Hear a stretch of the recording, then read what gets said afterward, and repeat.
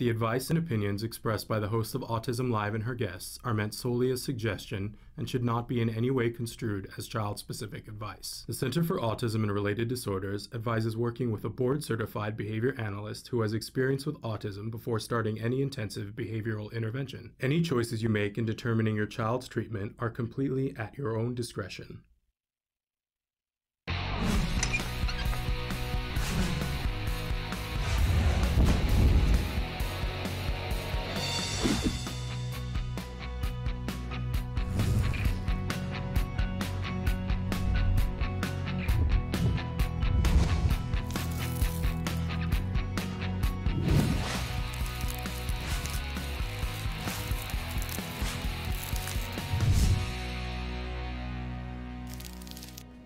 Good morning and welcome to Autism Live. I'm Shannon Penrod and we are webcasting to you live from the Warner Center. In fact, Tower 1 at the Warner Center in Woodland Hills. This is the new home of the headquarters for the Center for Autism and Related Disorders.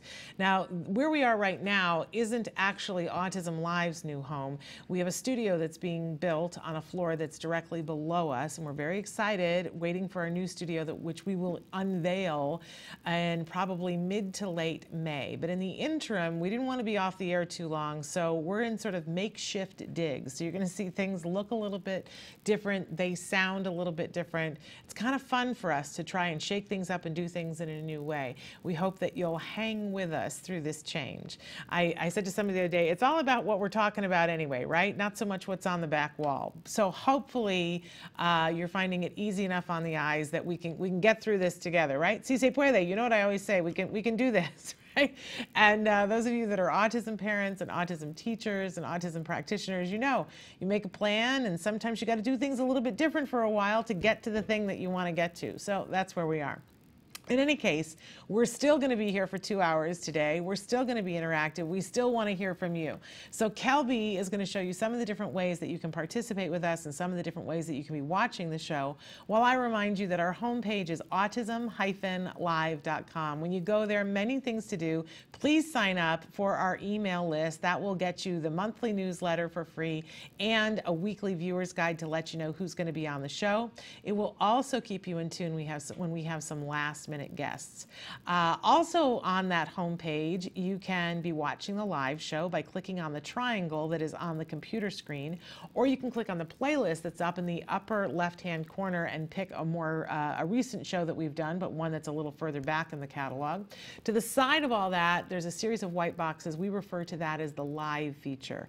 Put your cursor on the one that says your question, start typing and hit enter, and you and I can be having a conversation in real time. But more importantly, you can be talking to the experts that we feature here on the show and the other parents and have a dialogue with them. It's totally free. You don't need a username, don't need a password. All you have to do is put your cursor there, type, and enter.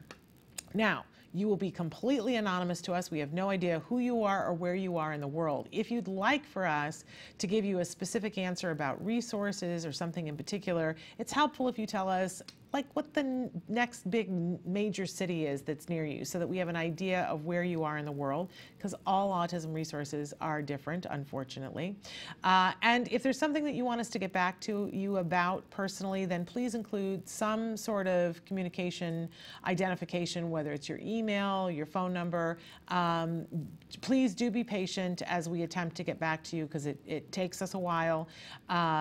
It's a little bit more instant gratification sometimes when you participate on the live feature, but if you need us to get back to you, we can, we will, we do. It just takes us a while. I am behind currently. In any case, though, we appreciate your participation. We love being in this with you and hoping to get to that progress that everyone deserves that's a part of the autism community. I want to remind you that it doesn't matter to us whether you're a parent, teacher, practitioner, or the person who's on the autism spectrum yourself. This is a big, beautiful community. We have room for all of us, and we all have questions. We all are seeking out progress. So please participate. We want to help you to get to that. Which brings me to my next point. I always like to remind you at the start of the show that we have lots of experts on the show, but I am not one of them. I am an autism parent. My son was diagnosed with autism at the age of 2. I'm also a former teacher, so I come at things sometimes from an educational standpoint. Not always, sometimes just pure emotion. But in any case, I really want to help you to get to the resources that you want to get to, but please don't think that I consider myself an expert. I'm 100% positive I'm not an expert in autism, although every single day I want to show up for all of us. The first person I wanted to show up for was my son, my beautiful son, but I've met so many wonderful people on this journey. I want to help everybody to get to be as lucky as I found myself to be, and to find those resources that you need, because it's individual for everybody, right? What one person needs is not what another needs, but maybe together we can help to make sure that everybody's needs get met. Sound like a good idea? Okay, so we like to start the show every morning with something that we fondly refer to as the jargon of the day. This is when we take on one word, one phrase, one acronym. We try to figure out what are those experts and doctors and practitioners talking about when they bring up these terms, and what does it mean in our lives? How can we use this to get to the progress? Because otherwise, I have no time for the jargon, no time whatsoever. So today's jargon term is boundary markers. I don't know about you, but doesn't this sound like something in a video game where people are carrying guns? That's what it sounds like to me. What does this have to do with autism, and how can this help us? So let's take a look at our actual definition here. Boundary markers: confirming utterances and gestures which signal the person is engaged in ongoing conversation. All right. As our actual definitions go, this one's pretty good. But confirming utterances and gestures, what exactly does that mean? Let's move on to our working definition, a little bit less jargony. Things we say and do to show the person we're talking with that we're listening and interested. Examples are, yeah, and uh-huh, and okay, and how horrible, and sounds fun, and wow, cool, and nodding one's head. If you think about it, when you're having a conversation, what are the clues that you know somebody is invested, and what are the things that are when they're missing that you go, okay, I'm not sure if they're listening to me? Because if you think about a person who's on the autism spectrum, they need to learn this in multiple different ways. They need to learn how to watch for, when they're having a conversation with someone, if the person is tuning in. And if they're not seeing these symptoms, what can they do to repair the conversation?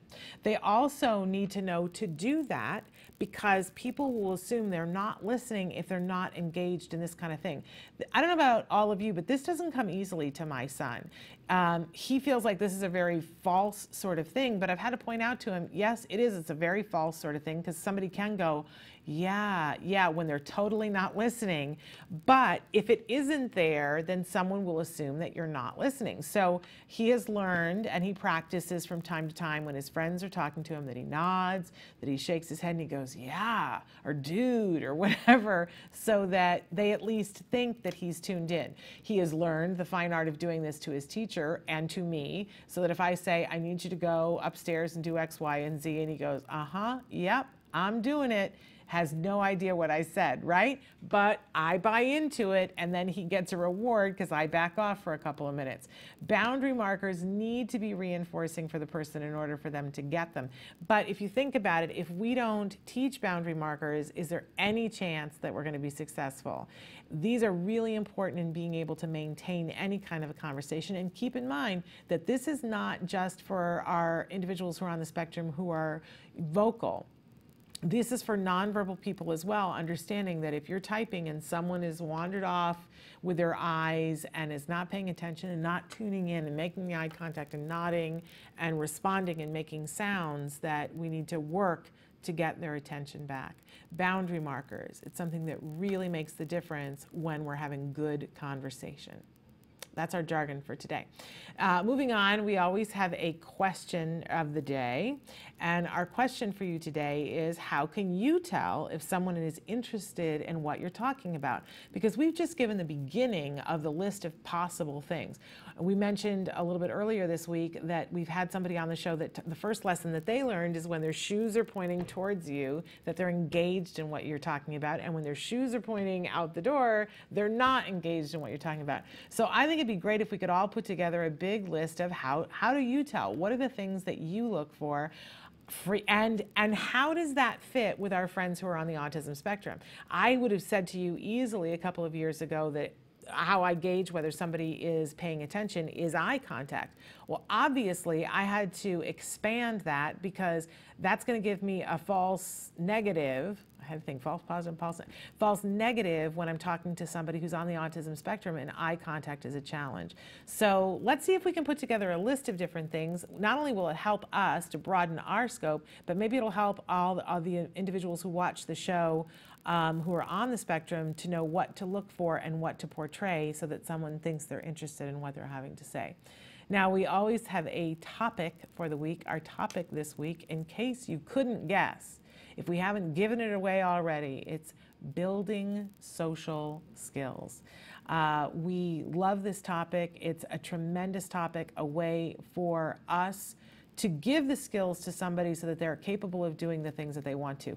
I want to remind everybody, this is not about drilling somebody a skill that does nothing for them, doesn't help them, and just makes them fit in. That's not what we're about. It's not about fitting in. It's about being able to negotiate the world to get done what you want to get done. That's truly what's important. So to that end, some of the things that we're going to be doing here on the show today, we've got a very exciting guest who's going to be joining us in just a few minutes, Sara Gershfeld from Love My Provider. A little bit later on, we're going to be talking about the Cognition Curriculum and skills and pairing that up with some ideas about what you can do, how you can use that in your upcoming IEPs. And we've got an update for you on some of the news that we shared yesterday. Do you remember when I said, what are they going to do? Bring in some kittens with tutus? Well, we're going to talk about the giraffes they brought in with tutus. More of that coming up in just a little while. First, we're going to take a break, and then we're going to be joined by Sara Gershfeld from Love My Provider. Stick with us.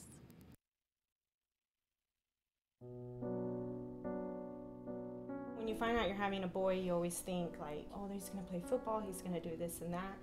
And then when he's diagnosed, all those things get washed away.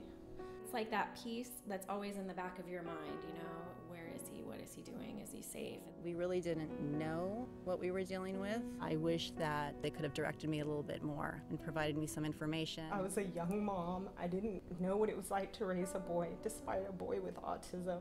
Hundreds of thousands of families are not getting the help they need for their children with autism all around the country. ACT Today is determined to bridge the gap. These families really have to go through a lot to get a grant. The application process isn't easy. The records, the diagnosis proof, they're really battling for their kids. So when we can give them a grant, it is so wonderful to see that they succeed in getting that help for their children. Our founder, Dr. Doreen Graham-Pichet, is an amazing woman, and she is one of the world's foremost authority on behavior of children with autism. She's extremely knowledgeable, and she oversees every single grant we give. She is part of that process. People may think of autism care and treatment as simply schooling or therapy, but you know, we provide important safety supports, things like fencing, for example. The whole family's living in fear of that child running out into traffic. I recently delivered an iPad to a little boy with some of the apps that are out there for children with autism. Miracles happen. I got the iPad from ACT. From ACT, What yeah. did it say? Can you repeat that, Dustin? I got the iPad from ACT. We have helped so many military families, and when I think of these brave families that are fighting two battles, one to protect our country and one for the right treatment and care for their children, it breaks my heart, and I think we have to do more as a nation to help them. There's not a day that doesn't go by that we don't think about it. Some people say, oh, he's normal. You don't see the battles that I see every single day. My husband does have to deploy, and when they get on that bus, that might be the last time that my kids ever see them. So I called, and they informed me that he had received the grant, which was like a blessing from above. I was just like speechless. I just started to cry because, you know, without it, we would have been lost. The ACT grant was a total miracle. Without that, they wouldn't be able to receive the service dog. So we're so appreciative what they've done for us as a family. Recently, Act Today funded a program for military children with autism in San Diego, the Inclusion Films program, which is run by Joey Travolta, and teaches kids on the autism spectrum literal filmmaking skills. They learn how to make a movie. Are we ready? There you go, got it. Okay. Everything that goes into the process of making a film goes into everyday life. So they're learning life skills, they're learning to collaborate. It was really nice to know how much they were enjoying this camp, and they're with people who are supporting them and are making them feel great about themselves and their differences and their similarities. And I get 2 kids that are working together and apart and together and apart, so it's an interrelationship as well as a camp and a learning experience. It's so fulfilling when I get letters. One stands out for me, a boy who was 14 with Asperger's, and we gave him a grant to go to a drama camp. He wrote to us and said, "Dear Act Today, thank you for letting me belong for the first time in my life." These kids are remarkable. You know, we underestimate them. They're so knowledgeable, they're so capable, and we can change the life of a family, which means changing the life of a community.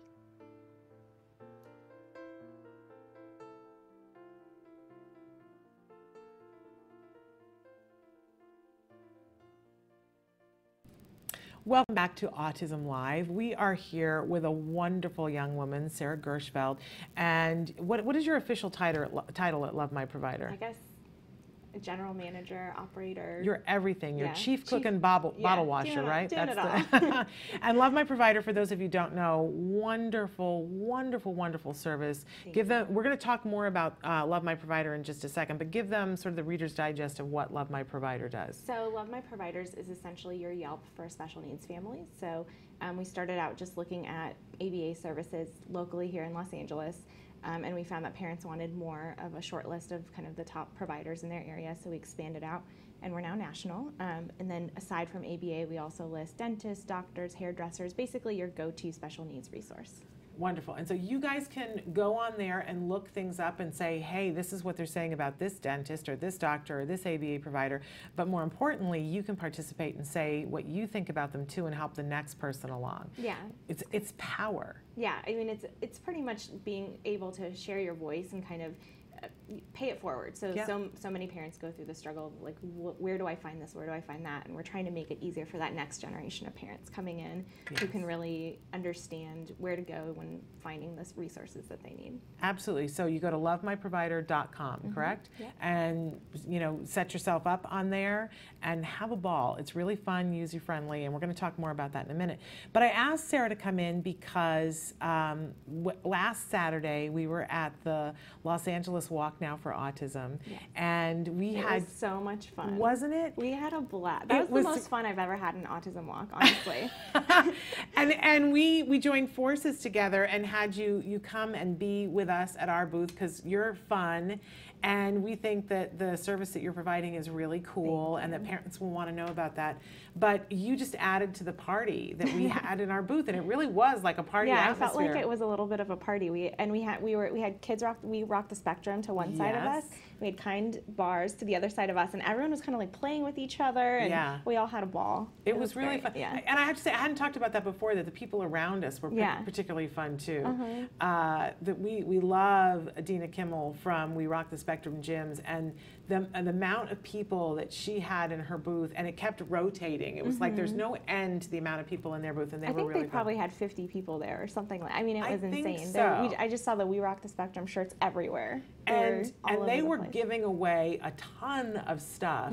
So people were crowding around there, and the kind people just kept bringing up truckloads of kind bars that they were giving away to anybody who wanted, a fistful of kind bars. Really good ones too. Yeah, those were really tasty. I mean, that's true. We pretty much were like the free for all, because we had the gear on one side, we had the food on the other side, and then you had this amazing activity. That was like the sweet spot.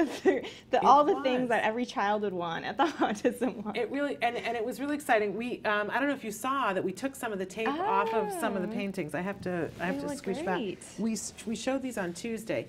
For anybody who don't they look fun? What we did was we took and I totally saw this on Pinterest. I'm addicted to Pinterest. Okay. So for those of you who weren't watching on Tuesday, we took really good quality painter's tape that has edge lock. I think that is the key to everything. You have to have something called edge lock. My husband was such a good soldier and taped off all of these canvases. And we had paint in all different colors, and the kids could come and paint one square, and it didn't matter if they went over the lines because the tape prevented them from being too messy, although messy was kind of fun by the end of the day. Everyone was kind of splotching, people were mixing things, but I mean, it looks great. And then eventually, if you want to, you can take the tape off and you get this stained glass sort of feel. And I've got a bunch of canvases down in my office. You have to stop down and see some of the, eventually we started running out of canvases, and I thought, oh no, what are we going to do? But that's when it kind of got extra fun, don't you think? Yes. So tell them a little bit about some of the experiences that you had, because I talked about it a little bit on Tuesday. So you talked about the painting of the person. Well, a little bit. I mean, you know, a bunch of us had white T-shirts on, and my friend Therese in particular, Therese McLaughlin, she was a gem. She really, she's unique. Yeah, she took it to the next level. I mean, we were having fun, and then she came in, and you know, you have these kids who they want to paint and maybe they want to keep going, and we're thinking, well, we want them to keep going, but we only have so many spots on the canvas. Yes. And she's like, how can I get them to keep painting, but make sure that they're not upset that they can't keep painting the canvas? So I remember the first kid, she stretches out her arm and she says, "This is my painting shirt. Would you like to paint my shirt?" And the kid is like looking at his mom like, "Is this okay?" And then he's looking at us like, am I allowed? And she's like, "Do it, do it." And he does it, and he has the biggest grin on his face. Like, there's just this idea that he's able to paint a person, which, you know, would never normally not be able the to do thing. that. But they had such a good time. By the end of the day, the adults were painting her. Yes. Kelby, do we have a picture that we can show again? I didn't ask you to have it queued up. But eventually, and if you look on my Facebook, you can see they painted her from head to toe before the day was over. She was like a Blue Man Group. It was. She was like covered, her face, her hat, everything. It was amazing. I don't even know how she got home without messing up her car. I do because we had an extra painter's drop cloth and we wrapped her car seat in it because she had a rental car and all we could think was, oh no, she's going to leave a Picasso on the seat. So we've got a picture. There is the picture of her so they can see it right now of what she looked like. At a certain point, she sat down on the ground and just let the kids go free for all on her. She should have made like a snow angel. Exactly. And then at other points she was dancing and doing the dab painting and doing very Jackson Pollock things with the kids. Yeah. And they were having a blast. They were having an absolute blast. Eventually my son got in on it. I don't know if you were there when oh man. Jem was having a ball. Well, first I'll say Jem was such a great helper at the walk too. Thanks. He was handing out flyers and he was talking to everyone and like, you know, he kept trying to hand me a flyer too, and we were like working on discriminating like who needs a flyer, who doesn't need a flyer. Good. At one point, Dina Kimmel from We Rock the Spectrum, she had a videographer there with her, just like we had Kelby there videotaping, and her videographer was trying to film something, and Jem was saying, "Would you like a flyer? Don't you want to see the shows that are on Autism Live?" And I said to him, "Dude, wait a second. You got to take measure here of, you know, perhaps she's busy and doing another job." We had a signal, Jem and I said, if I do this, that means they don't need a flyer. Okay. So he would walk up to someone like that, and I'd do like this. He'd be like, oh, that's good that he was paying attention. But his favorite thing in the world was when people were total strangers were painting him and painting his shirt. But he's always been really good at handing out flyers and talking to total strangers. Yeah, and we had some great interviews too that came by. Yes. I ran into Max Burkholder, who from plays Parenthood.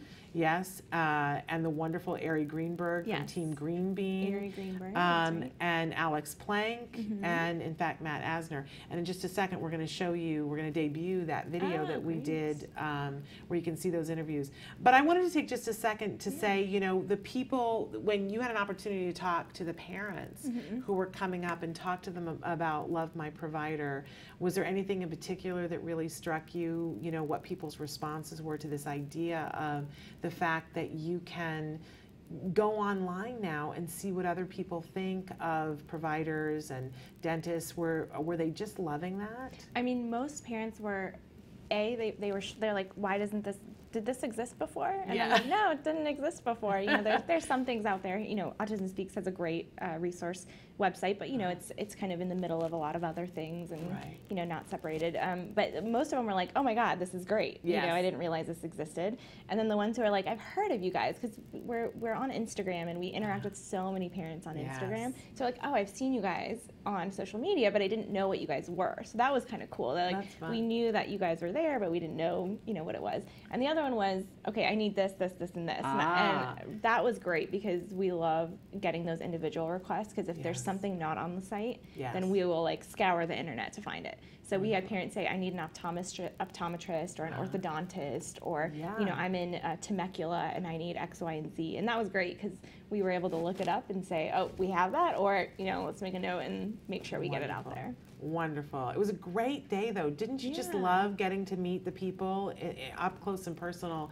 I always love to be there and get back to the roots of it all because that's where it's happening. Yeah, it's there. Really, I think, an opportunity for a lot of the vendors to kind of give back, you know, and kind of give their materials out and kind of make sure that those families feel supported, and I think they did. Yeah, a truly tremendous event.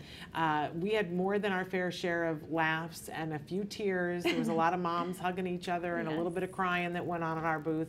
But you know, I always say, if we're not crying a little bit, what are we doing? Right? We got to laugh, we got to cry. So anyway, we're going to take a break and we're going to show you, we're going to debut that video right now so that you can see some of the interviews that we did and see some of the painting that went on. We're going to come back after that. Sarah's going to stick around and talk to us very specifically about some exciting stuff that's happening at Love My Provider. So take a look. Here was the LA Walk 2015.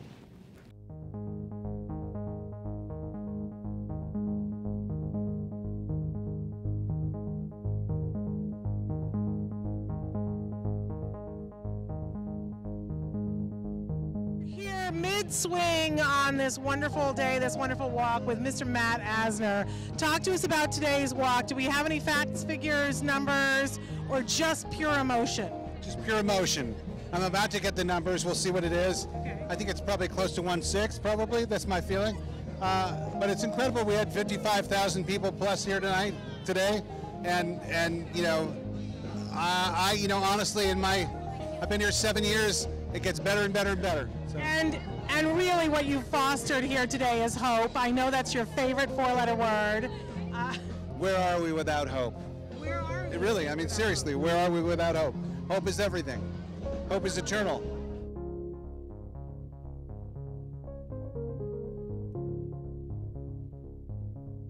This is a pretty big event.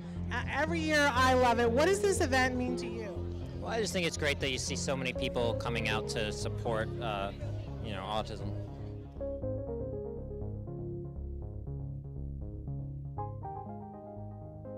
So we're here with Max Burkholder. There's a whole community of people that are going to love you no matter what you do, no matter where you go, no matter what you do, and that's the autism community. Are you okay with this? Is this a good thing? I'm pretty okay with it. This seems to be a pretty happy, supportive community. Well, what did you learn about autism through portraying this wonderful character?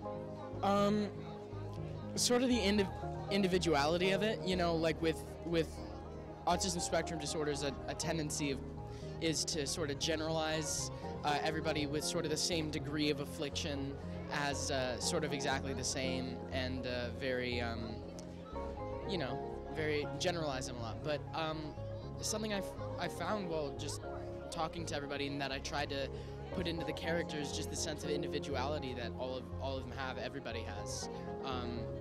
And so at a certain point it became not really even portraying autism, it just sort of became portraying the character.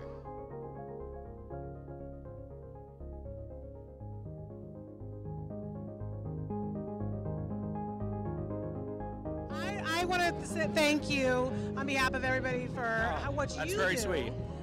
To bring awareness and to raise money. That's a tremendous, tremendous legacy.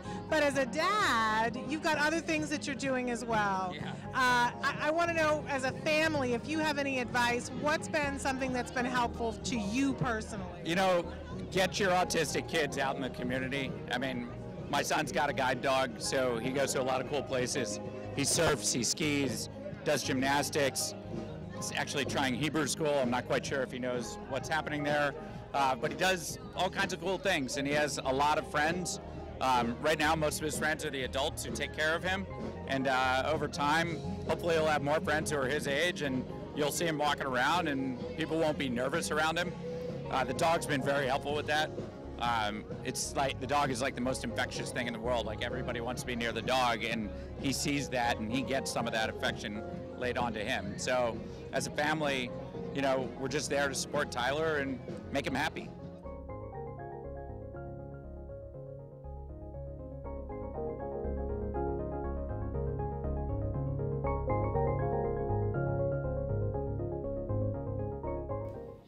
Welcome back. It was a great, great day. Sara Gershfeld from Love My Provider was with us then. She's with us now.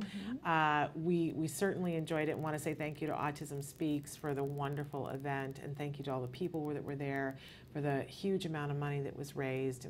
You know, the largest amount being raised by Team Green Bean. So again, a wonderful thank you to the Greenbergs and to the Green Bean family. But right now, we wanted to take a few minutes to talk with Sara Gershfeld about Love My Provider and some of the things that are going on. You mentioned before that it's a sort of Yelp for special needs families, but for some of us are not as cool. We don't really necessarily get the whole Yelp thing. So explain in a little bit more detail. If we don't know what Yelp is, what does that mean that Love My Provider is? So we're basically a directory and resource website. So the first thing is resources, which is we try to get the most dense resource database as possible. So any provider that really works with the special needs population, we have a comprehensive list based on your location, we now have these new added search filters, which are great. You can search by age of your child, by insurance company that you work with. You can search by, you know, particular disability that you have, not just autism, it could be a different disability. And so on top of that, we have all these providers listed, but we allow parents to leave anonymous feedback about the providers. And we're very strict with our feedback, so we don't allow a lot of name calling or negative talk or anything like that. What we're looking for is descriptions about you and your family and why that provider worked for you.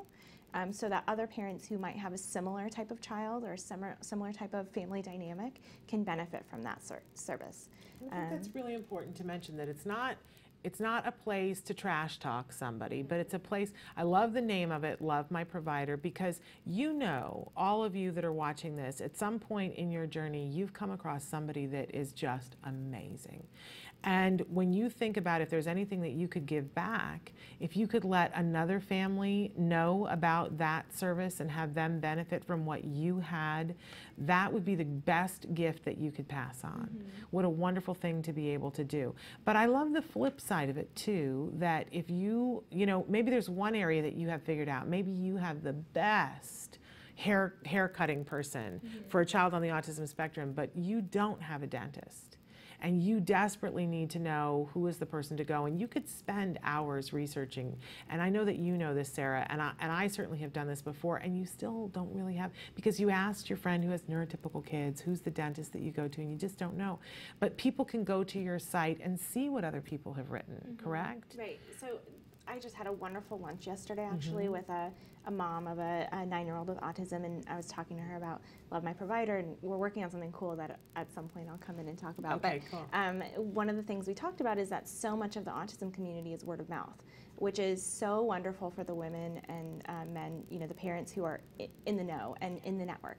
But for the ones who are newly diagnosed, it takes them a couple years to build that support network. And so what we're hoping to do is kind of make sure that that's accessible to people as quickly as possible. You know, obviously you're going to make friends, you're going to grow into the autism community, but we want you to be able to get the services for your kid as quickly as possible when they're first diagnosed.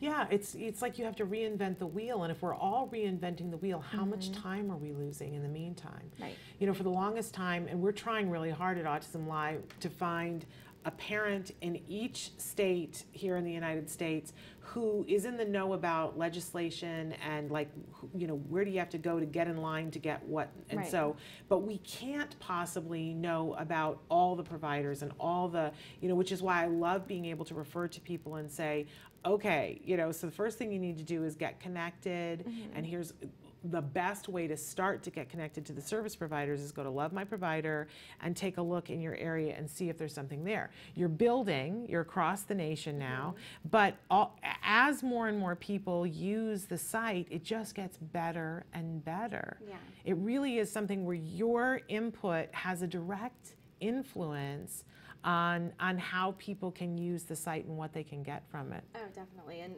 you know, I always look at it as a chicken or an egg. So, you know, before parents can find it useful, other parents have to go and leave a review. And so for any of the parents watching out there, take a minute, go on Love My Provider. If you have a provider that you really, really love, tell us about it. Tell us what worked for you. If it's not there, you can add your provider, but that's kind of the way of paying it forward to families who are going to be in your shoes in a couple of years. And as you were saying, we kind of expanded outside of this Los Angeles area, but we still get a lot of individual requests. We get emails saying, you know, who do I go? You know, I narrowed it down to these two. I read reviews about these two providers. Who do you think we should go to? And we were really struggling with how do we give a good response that's really based on something that we can stand behind. You know, we would the last thing we would want is to say to go to this agency and then that agency be a disappointment or not what that parent was hoping for. So we partnered with the Behavioral Health Center of Excellence to try and identify these really, really high quality agencies. And the BHCOE is now open for nomination. So if you have any agencies that you absolutely love, you can go on bhcoe.org and you can nominate an agency. And they essentially go through a really stringent clinical audit where the Center of Excellence goes in and looks at their practices, looks at their staff satisfaction, their parent satisfaction, and gives them a badge of how well they're doing. And that hopefully is going to be that new gold standard of what a provider should be. Love that. Because we talk a lot on the show about you know, it's the first year that we were on the air, we talked about ABA and how important it was to get ABA. And then as time went on and more people wrote in, I certainly got educated to the fact that as there's been more funding for insurance, there's more and more ABA providers. I don't know that there's more and more good quality ABA providers. I unfortunately now have to qualify everything and say how important it is to get quality ABA. And we talk about what some of the hallmarks of that are. And now people have written in and said, okay, I get that. I see that now because I see as I'm doing research. But they want to streamline it. They want some help and support as they go along. We frequently tell them, ask other parents, and they can do that on Love My Provider, see what other parents think. But this is just another measure that's really specific and very reliable that can help them to be confident that when they're choosing a provider that this is not going to be an epic waste of time.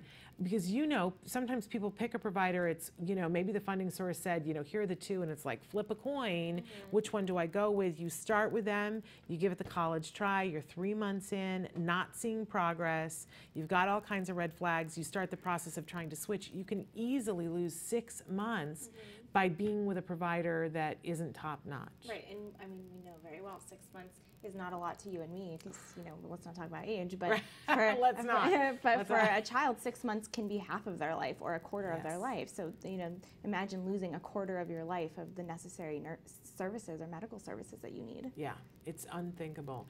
So wonderful that you guys are doing with this. So the service has started. Are you yet at the point where we can go on the site and see a rating with any of the ABA providers? So we just put a cohort of providers through the Center of Excellence program. Okay. And we're hoping that by the summer, those scores will be available. So the partnership is essentially that the Center of Excellence tells Love My Provider which providers are centers of excellence. Okay. And you'll be able to go on and see the little badge by their name on the Love My Provider website, along with, you know, those providers will be able to talk about that they're centers of excellence also. Okay. Now, I'm sure, you know, there's parents out there that are wondering, do you guys have a way of, you know, the little bit that I've been on Yelp, I find Yelp reviews sometimes hilarious. Yes. Because occasionally you look at one and you think, okay, I don't know if this person really went to the site or this is somebody in the marketing department from this restaurant that actually did that.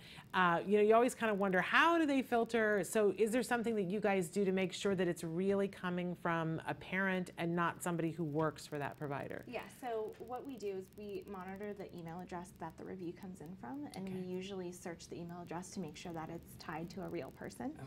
So we have gotten, I would say, a lot of reviews from marketing departments. you know, they leave reviews from the email address that the agency is, for example, and so we'll let them know that their review's been removed and why it's been removed, and we give them ways to get reviews from their families. But we also just search, you know, most of the email addresses are very specifically linked to a social media profile of some sort, so we check to make sure that it's actually a parent with autism and kind of ensure that. So. And I'm sure people are watching and they think, you know, what an intelligent, you know, young woman, and, you know, how great that she knows about sites and she knows how to do this. But, you know, your experience goes well beyond that you have quite a bit of experience in the field of autism. Yes. So tell our parents, you know, how you come to this. Sure. So I'm actually a board certified behavior analyst. We love that. Yeah, I know you do. You're the biggest fan. Yes. So I'm a BCBA, and for a long time I was working at a large agency and saw kind of the differences in quality that could be even within a large agency.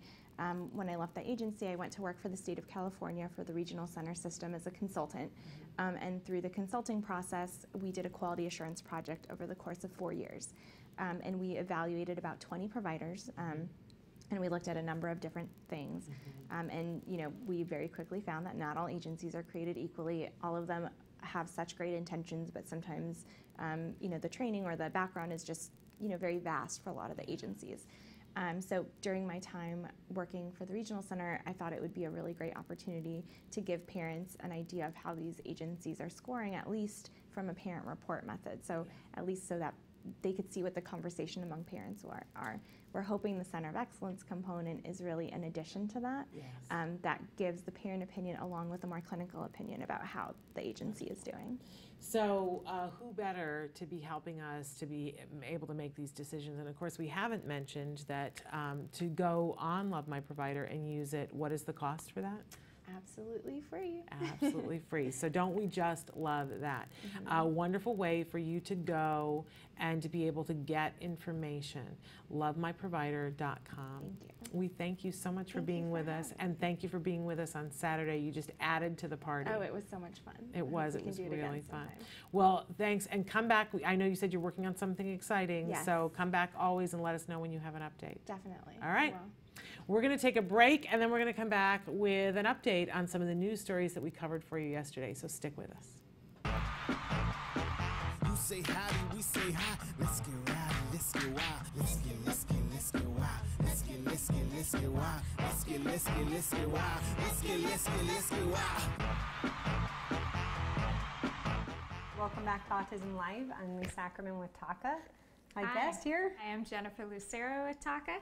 Taka Mom is here in the house. Jeff saw on a TV commercial, they were making calzones, and he looked at me and goes, "Mom, please make me that." Wait a minute, yeah, calzone, you can't have calzone. He goes, "Well, you make me pizza. Why don't we call it a puzzone?" So we're gonna do this ode to Jeff, puzzone. So I'm gonna have Jen come on in. All right. You're in charge. Ready. We're gonna add a little grapeseed oil, garlic, cut up chicken, finely cut up onion, and we're gonna throw a little bit of basil. So we're gonna just take about 5 minutes or so, saute up the chicken and all of the onions together. While Jen is slaving away at the stove, I'm gonna make the pizza crust. A lot of gluten-free choices that you have out there for pizza crust. So I'm gonna go ahead and start with the dry. Again, I'm using eggs. There are a lot of egg replacers on the Taka website. We have about a dozen different ways to replace eggs. So I'm gonna go ahead and add my shortening. Calls for a little extra salt, which I'm going to put in here. And also add a little pepper. And we also have herbs de Provence that gives the crust a nice Italian flavor. Can't forget the apple cider vinegar, organic stuff ready to go. Yes, I have all my ingredients. We're ready to rock with this mixer. And don't be afraid of dough. Dough doesn't bite. So here's what we'll be working with to make the puzzone. I'm ready to go. Let's get this party started. So what we're going to do next is roll out the dough. I like to be rolling in the dough, but we're going to roll out the dough instead. So let's go ahead and get started here with that. So again, you see me using the parchment paper all the time. Love this stuff. It's basically unbleached, ready to go. It's just going to make life a lot easier on your rolling pin. You don't need to coat it or anything, which is a lot easier. But I swear I should buy that by the gross ton. So the pizzones, this basically makes 2 big pizzones. I'm going to take half of the dough and roll it out. Half of the other dough will be for the other pizzone that we're going to make in just a little bit. So you want to do, you're not making a pie crust, you're kind of making a long oval shape. So we're going to try to make a shape where I'm going to basically roll this over with all the yummy fillings. And so any combination or variation thereof, this sauce, just real simple, is organic crushed tomatoes. I've added a little bit of salt and pepper and herbes de Provence in that as well, which I love. I like extra fresh basil. That's always yummy to have on your pizzone. And thank you, this turned out fantastic. So we're just basically building it the way that we want to eat it. Of course, my favorite rice-free, organic, dairy-free, soy-free cheese. It's going to pop out the sides. Okay. I'm not afraid of popping out the sides. So that's the beauty of the parchment paper. Once you're done, you just flip it over and peel it back. So I'm just taking a fork now and going around the edges. It looks so pretty. It looks really nice. So for 400 degrees, we're going to go for about 25 minutes. You want it golden brown. And because we cooked everything pretty much already, you're not worried about not having everything fully cooked. So look how cute those look. Looks great. Like those 4 happy people right there. This weighs a ton. So let's go to the magic oven. Pull out our finished product. And voila! Good. Oh my gosh, looks this beautiful. is so yummy. There's nothing better than a little Jeff Ackerman pizzone. And this is going to be nuclear hot, but we'll go ahead and cut it open so you can. Oh my gosh, this is going to taste so good later on for your kids. Yum. Feedback, keep it coming.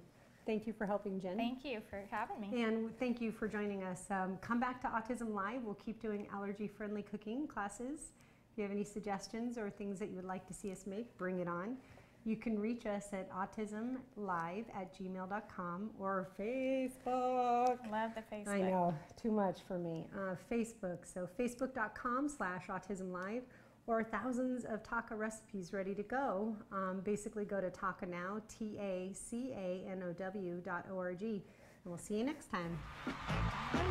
You say howdy, we say hi. Let's get rowdy, let's get wild. Let's get wild. Welcome back to Autism Live. We're going to give you an update on some news yesterday. If you weren't with us yesterday, we were for Let's Talk Autism with Shannon and Nancy. Nancy and I like to do a wide array of news from the autism community, cover a wide spectrum of things that are happening. And yesterday, everything that was in the news, there were 4 top stories in the news that had to do with vaccines. We shared with you that the measles outbreak has officially been declared over here in the state of California. We shared with you that the vaccine law that has been proposed here in the state of California had gone to its first committee, it passed, it had gone to the education committee and been stalled there. And I mentioned to all of you that the education committee said, hey, we have a legal obligation to provide a free, appropriate public education for all individuals here within the state. And this new proposal of this law would prevent us from doing this. I had said to you that there are 3 different ways currently in the state of California that you can get an exemption for vaccines. You can get one that's medical.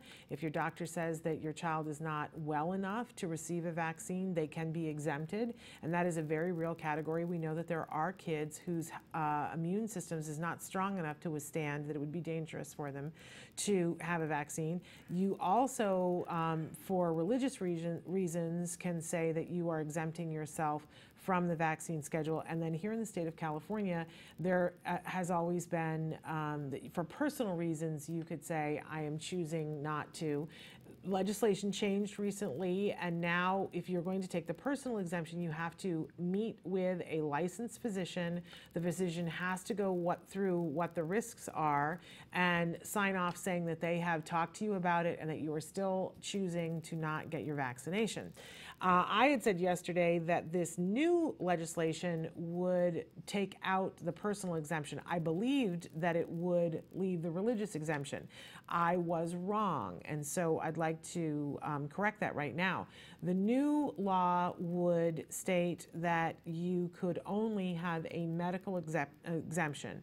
Religious and personal exemptions would be gone. Now, previous to yesterday, to last week, the law stated that no school, public or private, could allow a student to come who was vaccinated, and that there were no homeschooling opportunities unless all the members of the homeschool were from the same family. If you decided that you wanted to homeschool because you weren't going to comply with the vaccine law, you could, but you couldn't take other people's children and homeschool them together. That would be exempt, and it didn't appear that there was room for the school to be able to have the individual student do home study, independent study. So the education committee said this won't work. We can't work with this, take this back, see what you can come up with to fix this issue. And I had said yesterday, I can't wait to see what they come back with, because how are they going to get around that? Are they going to bring kittens in tutus? And they did get around it. It passed the education committee yesterday. Very interesting what they decided to do. They added amendments that would expand the definition of homeschooling to allow multiple families to join together to teach their children or participate in independent study programs run by public school systems. That's a direct quote from the New York Times. This story is in the New York Times this morning. About this. Senator Ben Allen, who is a Democrat from Santa Monica and the co-author of the bill, said, "We think we've struck a fair balance here that provides more option for parents who don't want to vaccinate their children." The legislation still, at this point, according to the New York Times, must clear at least one other committee before coming to vote by the full Senate. If it is approved, it would then go through several committees in the state assembly before being considered during a floor vote. Carol Liu, who's also a Democrat and chairwoman of the Senate Education Committee, said this bill still has a long way to go. She requested some changes to the bill last week, and she went on record as saying that she's still not completely satisfied. But the bill did pass. And she voted in favor of it along with 6 other senators. It should be noted that the makeup of the committee this week is different than what it was last week. Senator Kevin De Leon appointed someone in the interim week to be on the committee, and someone else was replaced. Someone who had previously voted no last week was replaced with someone who voted yes this week. Obviously, there are some people who are crying foul about those 2 replacements on the committee, but it's over in terms of the Education Committee. It has passed, and it will move on now to another committee. Now, I always say to you that it's very interesting when legislation is passed, because as California goes, so goes the rest of the country, and often so goes the rest of the world. It is, somebody said to me last night that it's very interesting that there are a very small number of states here in the United States that have both the religious and the personal exemption. I believe it's 14 states in the union that have had those 2 things. Those are considered the most liberal states. There are a lot of states here that don't allow that, but there are only 3 states currently that only have the medical exemption. And so if this were to pass, that California will go from the most liberal state in the union on the vaccine situation to one of the most conservative, which is fascinating to say the least. Now, NBC News reported this morning, the title of their article is "California Bill May Reshape Vaccination Laws Across the Nation." I find it really, I want to encourage you to read their article. It's on NBCnews.com. state again and again and again that there have been more people protesting at the state Senate this bill than any other on record, and yet it's passing. And it's going to be very interesting to see. They said that yesterday there was no testimony allowed, only a vote. Still, opponents arrived at the Capitol clad in red clothing and carrying red roses to represent kids injured by or who died from vaccinations, according to those families. We will see how this shapes up in California, and as the NBC article says, this will set a standard perhaps for other states. We think that it's something worth watching. It certainly will affect a lot of people. We also reported to you yesterday about a new study that is out, that the largest study of its kind, that is another study in the column of saying that the MMR vaccine and autism are not related. So, you know, the debate rages on. And we're here to tell you about it. I personally want to say to you that I know that many out there of you have written in, and I think that a lot of people have very strong opinions on both sides. And I personally, somebody asked, you know, Shannon, what is your opinion? And I want to say to you that I think it's much more important what your opinion is. And I am someone who is very attuned to the fact that all people on the autism spectrum are different. And I'm very much a champion of allowing people to be acknowledged as individuals, and something that is across the board, you know, it feels restrictive to me. I think it's important that we make sure that our public health is safe. Absolutely, that's a priority. But it does seem strange to me that California would go from the most liberal to the most conservative.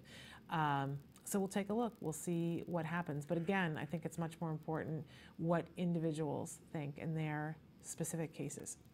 We're going to take a break now, and I believe we're going to the A Word.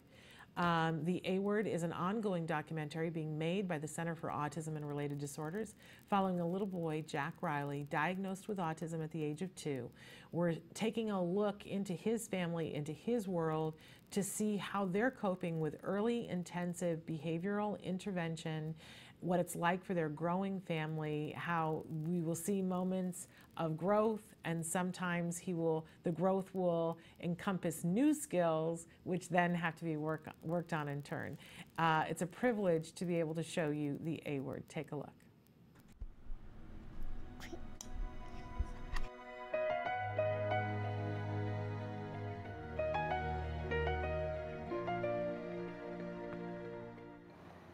Hi, Jack Riley. Are you in the pool? Say hi, Suzanne. Hi, Suzanne. He said that twice. We're just getting the camera. Hi, Suzanne. How's everything? Everything is good. We just actually increased our hours. So that's a little overwhelming. It includes pretty much therapy from 8:30 till about 6 p.m. 6 o'clock minus his nap time. So that's challenging, but he's doing great.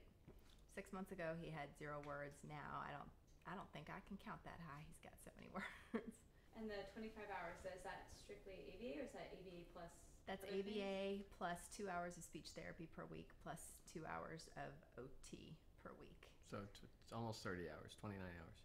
He works almost more than we do. Let's say that's like as long as my work week. Yeah, he's got a full-time job for a 2-year-old. A little 2-year-old with a full-time job. Oh, a mouth. Where does the mouth go? Oh, nice job. So he has hands, eyes, nose, and a mouth. What else does he need? Does he need ears? Oh, there's one ear. What else does he need? Shoes. Where is his shoes? You gonna put feet? Okay. What else does he need? Oh, a hat. Which hat is he gonna put on?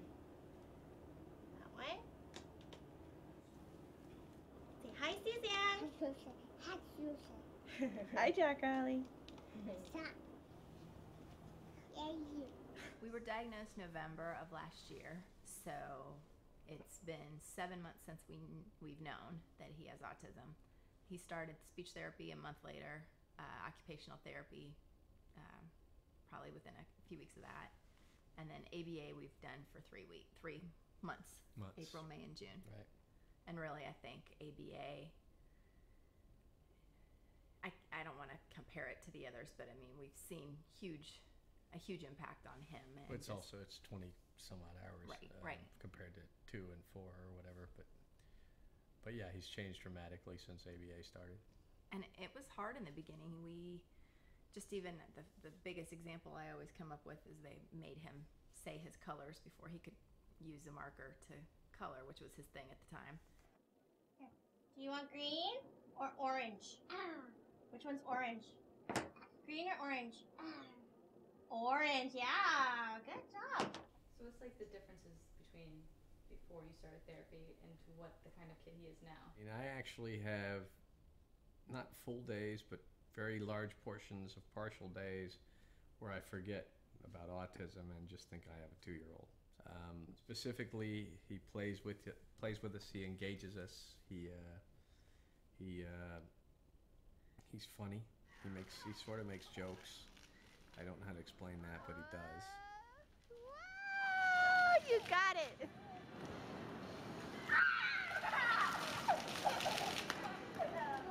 The communication skills have increased dramatically, where we were impressed with how he could label everything under the sun And mimic, and now he's actually asking for things. He's making requests. He wants help, and sometimes he'll say specifically, "Help open." That would have been unheard of a few months ago. Open. Hope. What?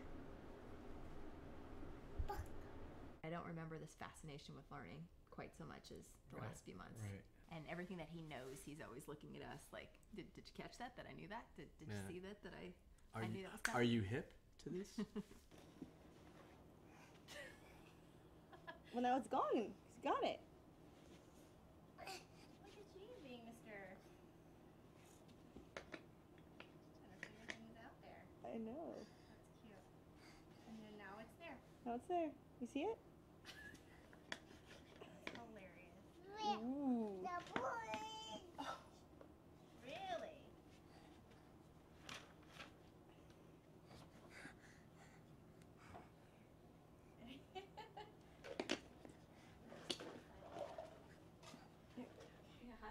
How do you differentiate or like try to figure out like what is the autism, what is his personality, what is we don't understand at all, really, and I think really we won't understand fully unless we have a neurotypical child second. And I think as we go through stages, it'll bells will be ringing left and right. We'll be like, oh, that's what it was. Yeah, actually, I still have trouble explaining it to friends or family when they ask, well, how do you know?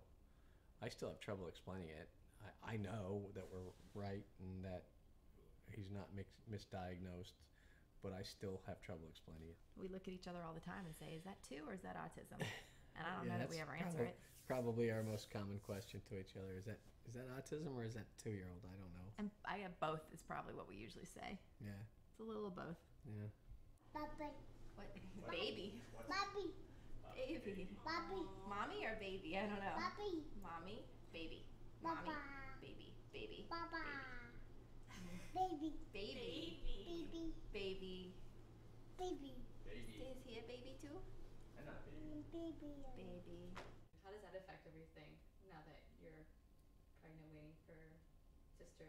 Were you nervous when you first found out you guys were pregnant?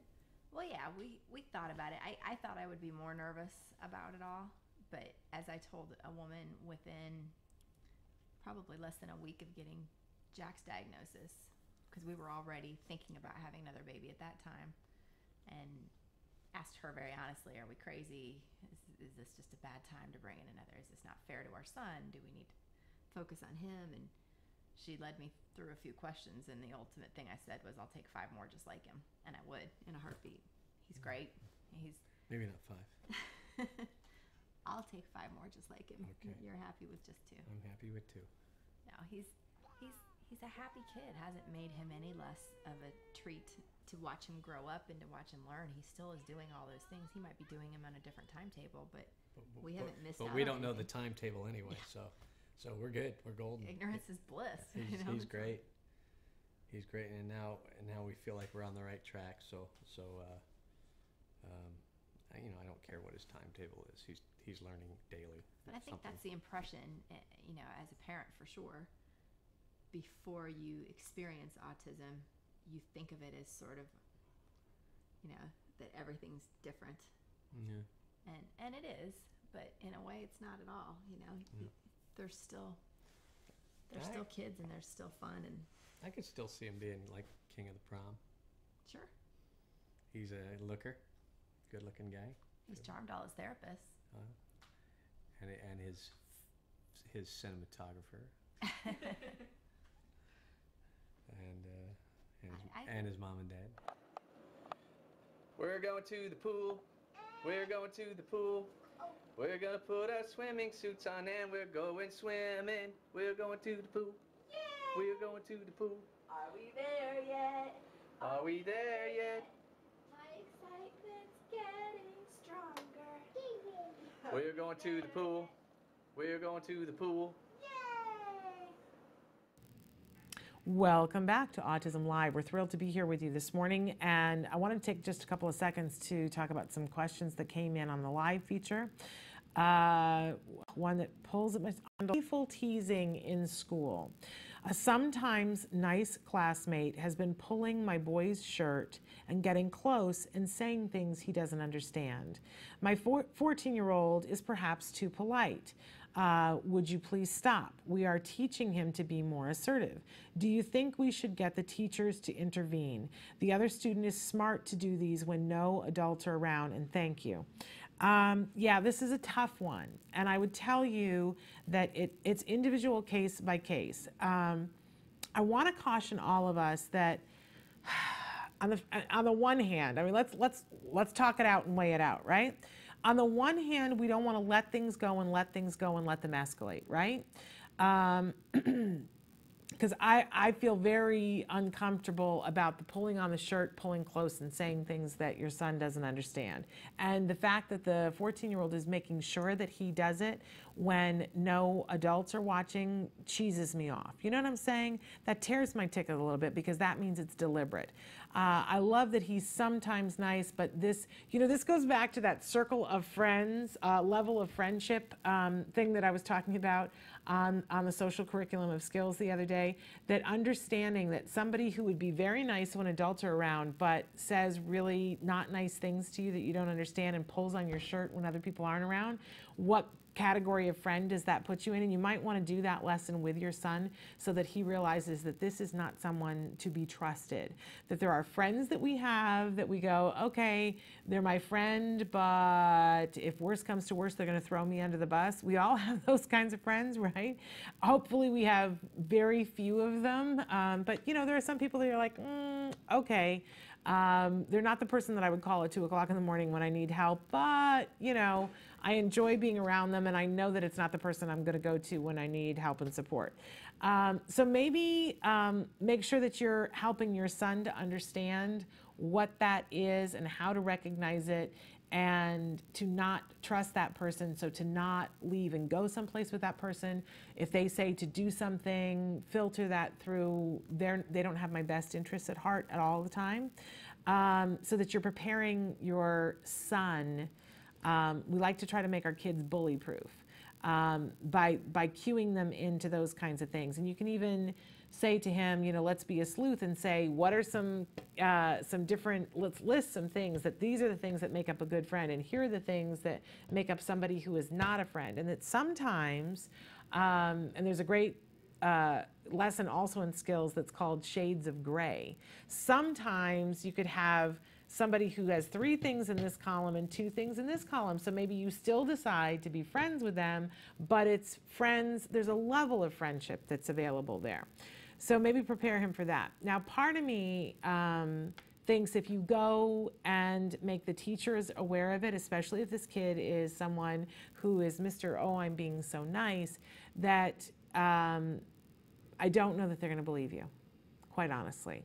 And it brings a level of scrutiny that sometimes can be helpful and sometimes can be harmful. So depending on the relationship that you have with the teacher, depending on the relationship that this individual child who is engaging in this behavior has with the teacher, you're going to weigh your decision for that. Something you can do, though, is decide to be a little bit of a sleuth yourself. That perhaps this is a situation in which you want to hide one of those lovely little digital tape recorders on your child's person and catch the kid saying something to your son before you go in and say to the teacher, hey, this is the problem that we're having and I have it on tape. They're going to be furious that you taped. Just going to let you know, and there might be repercussions from that. But, you know, there's always the possibility of saying, oops, you know, we had it because we were doing something and it wasn't my intention, you know, because we do what we have to do to protect our kids. And I don't want to see this escalate any further. It seems, particularly with Malice, the fact that he's turning it on only when the adults aren't there. I just don't like that. But you can say something to the teacher. If you do get a pushback right away and saying, oh, you know, sometimes boys will be boys, you do have the card that you can pull out that says handicap harassment. And I encourage you to look up our government. If you look up on it's www.edu.gov, there are, and then once you get to that site, if you go to the search feature and put in handicap harassment, there are very specific guidelines for what is applicable in the case of handicap harassment. If the individual has some sort of a handicap, and our kids with autism qualify, whether we like that or not, that's the truth, and if when you read the criteria, it's very specific that regardless of whether the individual meant to, if what they say or do causes the person to feel unsafe or that the environment is not a safe environment in which to learn, it is considered handicap harassment. There are more criteria too. But if you call the handicap harassment card, they have to escalate it to a certain level, and at the very least, they take you much more serious. But this kind of thing, I would check with your son and say, how does it make you feel when he does this? What are the things that he says? You know, can you remember what it is even if you don't understand it? And how does it make you feel when he does this? Even if the other individual does not understand that your child has a handicap and they're not doing it because they have a handicap, because your child has quote unquote a handicap, it still counts as handicap harassment. It is actionable, and schools can be held responsible. So they take it really seriously when you drop that card. Don't use that card unless you really feel that something is happening that is making your child feel that they are unsafe or that the environment is not safe in which to learn, but don't hesitate to use it if you feel like that's going on. Do me a favor, feel it out for yourself. You know, ask your 14-year-old some questions about what's happening, and when you decide what to do, let us know, because at some point or another, we're all dealing with this or have dealt with it or will deal with it, right? It's so disappointing. It's so disappointing. There is a whole other way of looking at this. If you want to consider, and that, you know what they say about keep your friends close but keep your enemies closer, is to try to buddy up to this kid. We know that kids bully because there's something deficient happening with them. Either they're being bullied and it's the lesson they learned, or they need to feel big in some space in some way, have control over something, and they'll pick someone who in their estimation is weaker. So what you might do is try to feed this kid's need through other things to be big, like going up to them and their parents and saying, I want to thank you because your child was nice to my child. And so we'd like to do something together, and in that way you make friends with the kid and with the parent, and sometimes that's very effective of turning that kid around to being somebody who protects your child. I've heard of parents before, having a conversation with the kid, a very nice conversation, and saying, thank you so much for being there. Sometimes there are kids who are mean to my child and pick on my child, and I'd really appreciate it if you could look out for him. And meanwhile, while you're doing that, you're rewarding them with something else, like, you've had them over and they're playing video games and you serve the Totino pizza rolls that normally I would be like, no, but for our kids that are neurotypical, so that's a very reinforcing thing, right? And saying to them, I so appreciate you looking out for him. It means so much to us. What a great kid you are. Sometimes that can be enough to turn a bully into somebody who's good, but then check back with your son and say, is he being nice to you now? Make sure that your child doesn't feel pressured to get along with his child because he's come to the house, right? You got to be really careful about that. I was just thinking of something else and I lost my train of thought. But lots of different ways of looking at this. Depending on the circumstance, depending on your child, depending on the other child. So write us back and let us know what you decide to do and how it goes. All right, we're going to take a break, and then we're going to be back in just a little while. We're going to take on the Cognition Curriculum in skills and talk a little bit about what the advanced Cognition Curriculum can allow for you. So stick with us.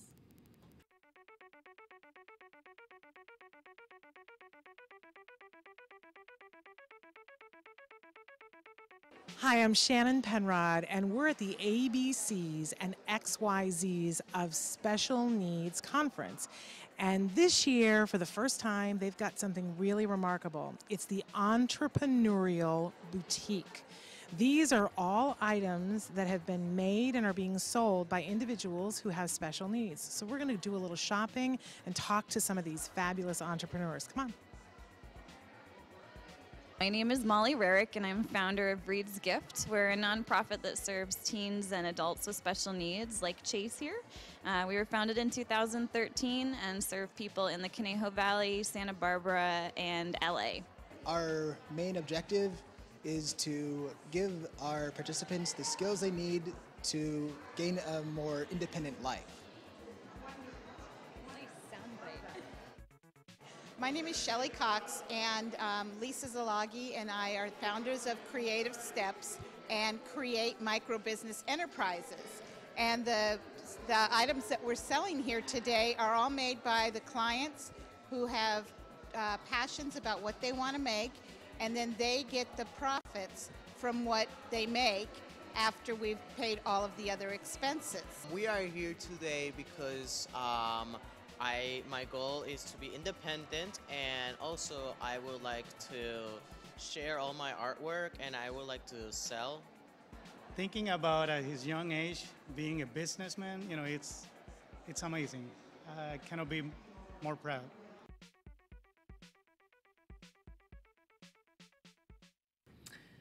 Welcome back to Autism Live. You know that I love to talk about skills because I think it's a gift to all of us. I remember the first time that I ever saw skills. It was the first day that I ever got to meet Dr. Doreen Grampachet, in fact. My son had been being treated by the Center for Autism and Related Disorders for probably almost 4 years at that point, and I was invited to come and meet Dr. Grampachet and see something that she wanted my opinion with a group of other parents. So I came because I wanted to meet Dr. Grampachet, and at that point, it was one of those things that when my son was first diagnosed with autism, I would pace the floor at night and say, what are we going to do? What are we going to do to help him? And then I found out about ABA and I found out about a card. So I knew what we were going to do, but I just had to figure out how it was all going to make it work, right? Then when we started with card, I began to see, okay, this is what's possible, and I began to pace the floor again. And my husband would say, what are you pacing the floor over now? And I would say, it's not fair that we have access to this and people all over the world don't. I can't rest with that. That just didn't sit well with me.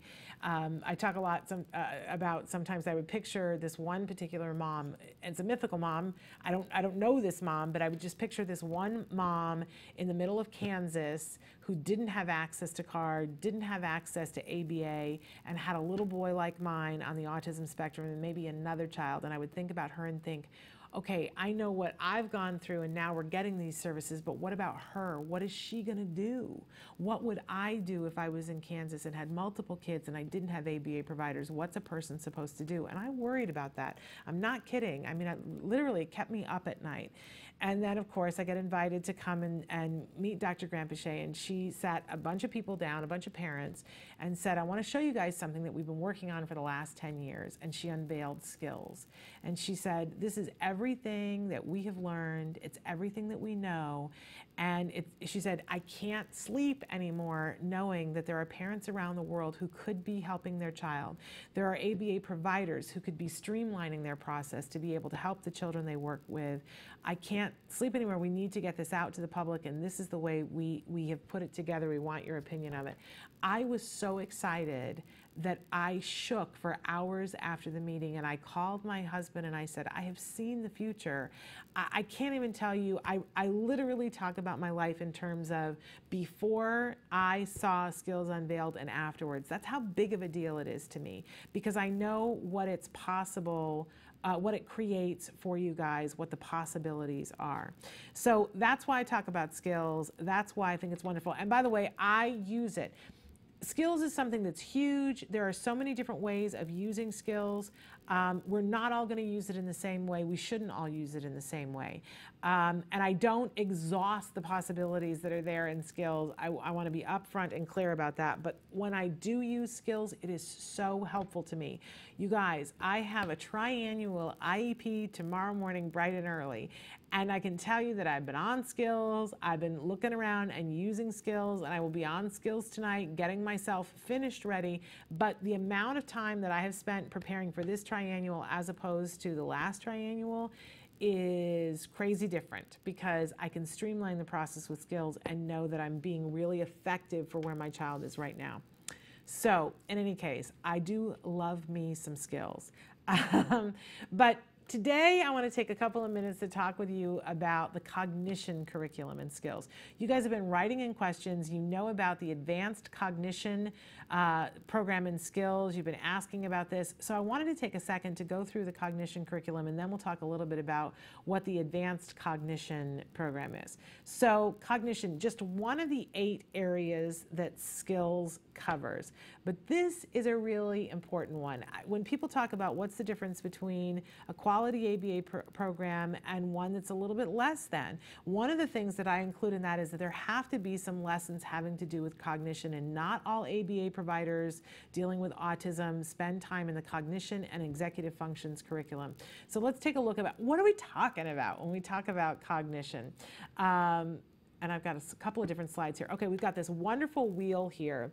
And on this wheel, all around it, we've got a bunch of different things. And I want you to think as we go around this wheel about how often in your day, in your personal day, do these things come into play? Talking about desires, what are the things that you're passionate about, the things that you want, the things that you're striving for, the things that you're working for? It could be as simple as, I'm thirsty and I want something to drink. What do I want to drink? I want ice cold water. I want room temperature water. I want hot water. I want something that's got sugar in it. I want something that's got aspartame in it. You know, do you like cola? This is like, honestly, you know, for people who go to restaurants, I see it all the time. I am not a soda drinker and I'm not a cola drinker, but the people that I know that drink Coke, they go to a restaurant and they ask them, you know, can I have a Coke? And they say, we carry Pepsi. And the look of sheer devastation that they are not going to be able to have the product that they want, they're going to have, and vice versa. You know, my friends that are Pepsi drinkers and they go someplace and it's like, oh, all they have are Coke products. We all have different things that we want. Knowing what those desires are and being able to claim them. When you think about what you want for your child, isn't desires right at the crux of it, that you want them to be able to want things and to seek them out and to be able to work towards those things? It's a basic human right, right? Then we get into emotions and being able to, and realize that in all of these things, there's 2 sides to the coin, right? There's knowing and understanding when we're having emotions, knowing and understanding when we're having desires, but knowing and understanding when somebody else is too, right? So understanding I'm feeling tired, understanding mom is feeling tired, understanding mom is feeling happy, understanding that I'm feeling sad, are really intense things that we want for our kids on the autism spectrum. For so many of you who have teenagers and say, my child doesn't feel empathy, I don't believe that for most of our kids that that's the truth, but if we haven't taught them emotions and something that comes a little bit later on, perspective taking, then they don't have a filter through which to put it. But when we teach our kids, we see very clearly when we teach them emotions and what emotions are, and then we teach them perspective taking, they're able to put those things, and they're the most empathetic people that you will want to meet. They're very capable of it. We just have to give them the floor of opportunity, right? Moving on to senses, understanding the difference between I see it, I hear it, I touch it, I feel it. Understanding all of the different sensory things that come into play, because how many of our kids have sensory processing issues? And it's a lot. Being able to language that I'm seeing something and I'm feeling uncomfortable goes a long way. If you think about the tantrums that our kids have when they get to sensory overload, if they are able to language for themselves, and by language I mean internally, not necessarily say it out loud, but eventually to communicate to another person, I am overwhelmed. I had to learn this as an autism parent, when to say, I'm overwhelmed, I need to take a break, I need to stop right now because I am not in a good place. It took having a child with autism for me as an adult to be able to learn that. Because before, you know, I would just get upset. Not that I don't now too, but I am capable now of saying, need to stop. Okay, understanding physical states. That we do need to understand when we are tired, when we are cold, when we are hot, when we are hungry, all of those things and ever so much more. When, you know, if our tag in our shirt is starting to rub against and we're getting a rash there, understanding that we're having some pain there and it's coming through and it's a little bit overactive sensory wise, so that we can change something about the equation. Then we get into stuff that's a little bit more you know, it's like stuff that you just can't quite get a finger on. It's more in the head, or what they call on the inside, thinking. What are you thinking? What am I thinking? Love the book. What is the name of it? Oh, I'm going to mess it up. Thinking about you thinking about me. It's something along those lines. You know the book that I'm talking about. So that we understand that right now, all of us are thinking something. I'm speaking, but I'm thinking things in addition. When you help an individual who's on the autism spectrum to be able to understand that, they begin to understand the subtext of all the social cues that are happening around them. It is amazing. And that they have the power to change how they think so that they can help themselves to do the things that they want to do. Powerful, powerful stuff. Sensory perspective taking. If you think about many of you write in and ask, how do we begin to teach perspective taking? Well, the first thing that you do, you've taught senses, right? So that a child understands, I see that. That's what I'm doing. I'm seeing it with my eyeballs. Then we begin to understand sensory perspective taking. They put up a boundary and the child sits on one side and maybe a parent sits on the other side and the therapist is sitting there with them, and there's the barrier between them, and the therapist takes a lemon or something and they put it in front of the child and they say, what do you see? And the child says, I see the lemon. When we've gotten to that point, obviously there are many precursors before you get to prerequisites before you get to that point. But the child says, I see the lemon. And they say, okay, can mom see the lemon? And in the beginning, the child goes, yeah, mom sees the lemon. And they take the child and walk the child around to be right by mom and say, look, can mom see the lemon? And the child goes, no. You know, where did the lemon go? And they walk them back around the barrier and go, where is the lemon? Can you see the lemon? Yes, I see the lemon. Can mom see the lemon? And the child walks back over and says, no, mom can't see the lemon. Why can't mom see the lemon? Because there's something in the way and mom's eyes can't see through it.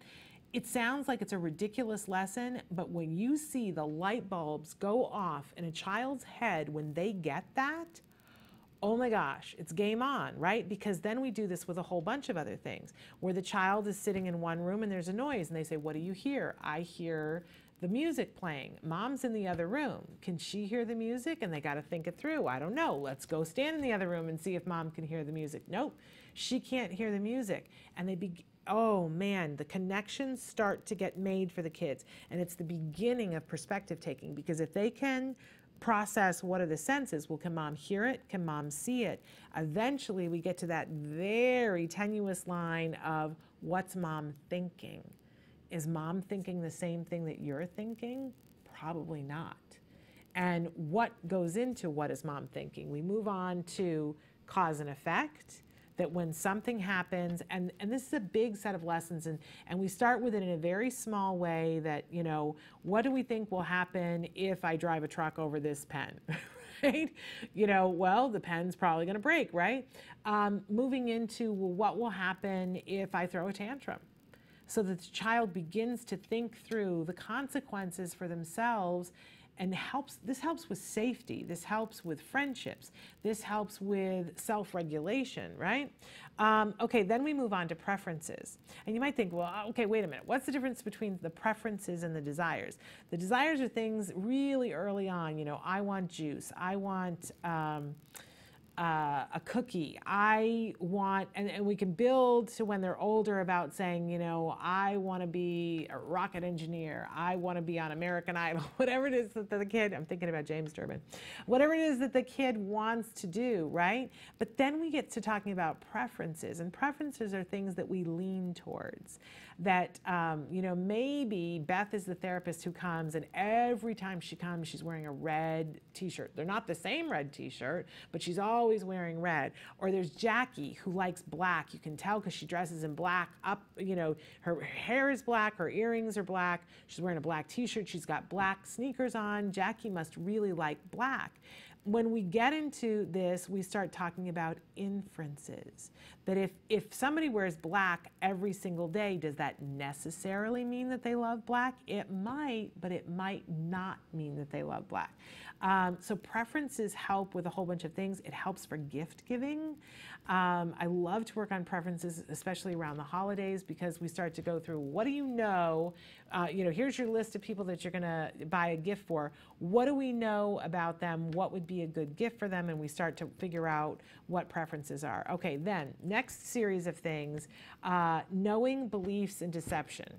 Okay, so knowing, it's what can you possibly know? We start to deal with what's an opinion, what's a belief, and what do you absolutely know. Your kids will work on this at school, but you're going to work on it in a much larger sense at home to know, well, it leads into a whole bunch of different other lessons. But if you know, if I take this pen and I stick it underneath the table and I say to the child, where is the pen? And they say it's under the table. Do you know that? Or do you just think that? Or do you believe that? Because eventually, when we get through knowing and we get into beliefs, we get into false beliefs. So that we have a whole series of lessons where you put a cereal box or something like that, and maybe it's their favorite kind of cereal, and we say to the child, what's in the box? And the child eventually is going to say, well, cereal is in the box. How do you know? Because I can see the label, and every time before that I've had the cereal, there's been cereal in the box, and we give them the box and we tell them to open it, and of course they open it and there's a toy inside. There's no cereal to show them that just because previously we've seen that something happened here and it meant this and it was this, that doesn't mean that it always is.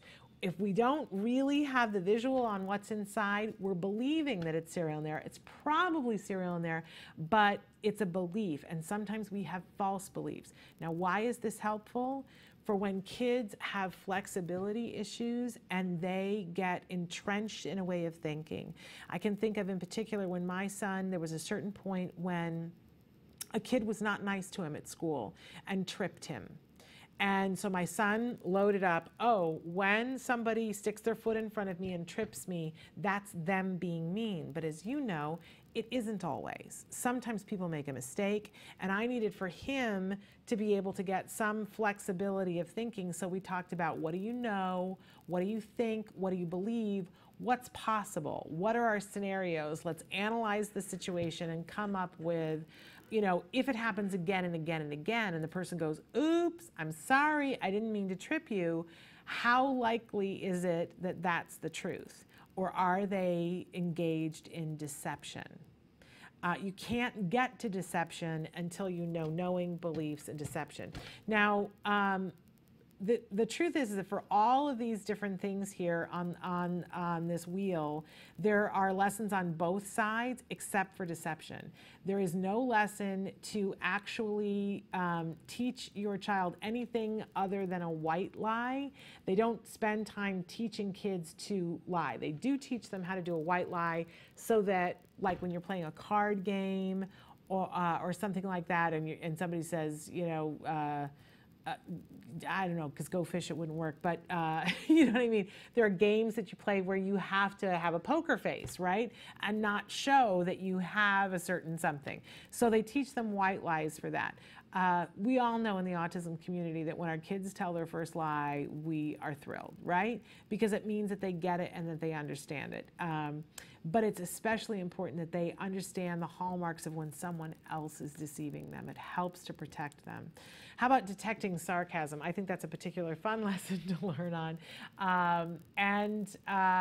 There are some lessons now. It used to be that there were no lessons about teaching them how to be sarcastic, but I think there's at least, there are a series of lessons now that teach them how to engage in figurative language, and sometimes that includes sarcasm.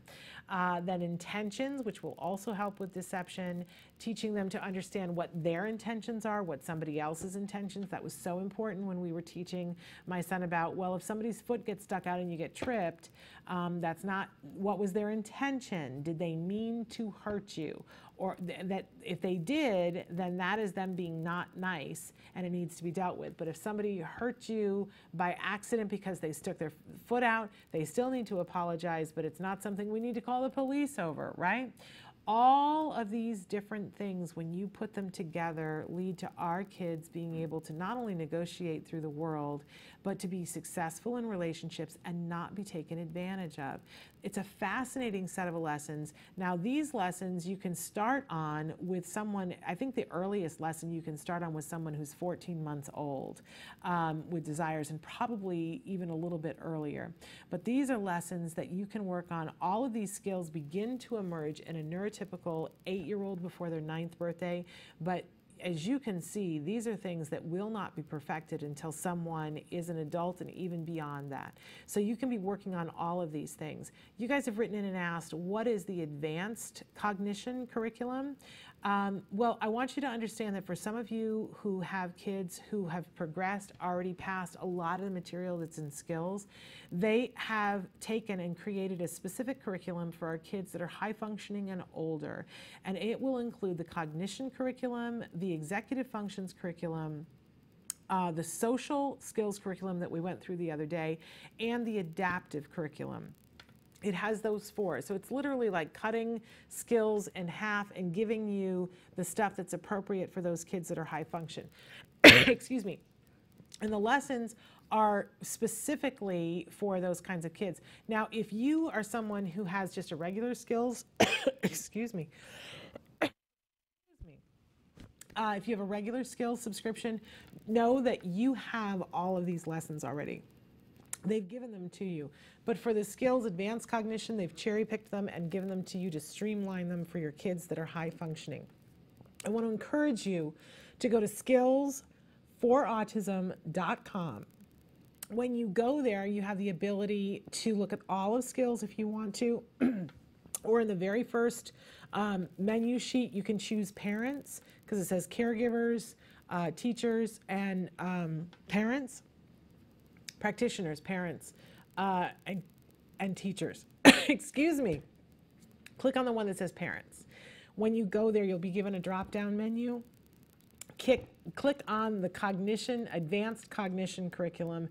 When you go there, it tells you a lot about it, and at the bottom, it has a lovely little bar that you can click to go in. You can, if you put your credit card information in, you can have a 14-day period of time to look at it before they charge your credit card. Same thing with skills. You just don't need to click on advanced cognition curriculum to be able to try that for 14 days. I really want to encourage you, all of these, whether you do the advanced cognition curriculum or you do skills, the regular skills, the original skills, you'll get the assessment portions that come with it. So you won't be expected to know what do I work on? I don't know whether to start with the desires or senses or physical states. You'll be given the questions that go with it. So if you answer the questions about can your child do this, can your child do that, it then puts a pool of lessons together for you to choose from, for you to prioritize and say, okay, so it says I need to work on this lesson in desires. It says I need to work on this lesson in senses. They are coded by difficulty and by number. If you start with the earliest number, those are the ones that you can work through and take the higher number as you go so that you're advancing through the skill. So useful. You won't believe the difference that it can make. I love when you work with a child and you teach a child something and the light goes on and you see it and the child understands something. And when the light goes on with these cognition lessons, I will tell you that the generalization that happens, generalization is when they apply what they know to new circumstances that you've never taught. This curriculum kickstarts them to be able to see all kinds of things and language them together, fit them together, and think them through. It expands their world in ways that is so exciting. You will see a jump start when your kids start to get the things in this lesson. So check it out, Cognition Curriculum in Skills, whether you do the advanced cognition curriculum or you do skills, it's there in both of them. Check it out. We're going to take a break. I'm going to drink some water, and we're going to come back with more Autism Live after these messages.